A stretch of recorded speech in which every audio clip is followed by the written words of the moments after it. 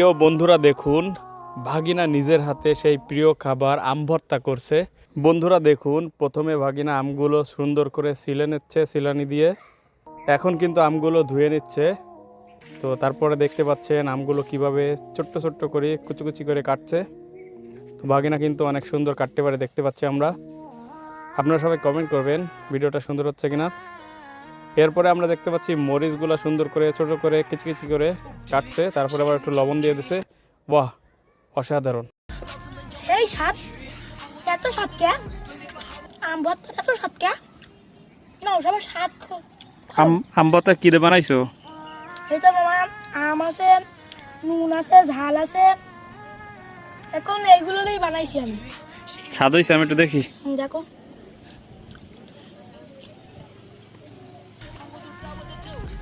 দর্শকরা দেখলে শুধু বলবে খাবো খাবো।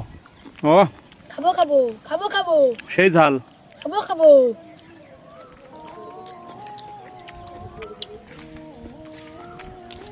কে কে খেতে চান কমেন্টে জানান দ্রুত, বাগিনা পাঠাই দেবে আম ভর্তা বানাই।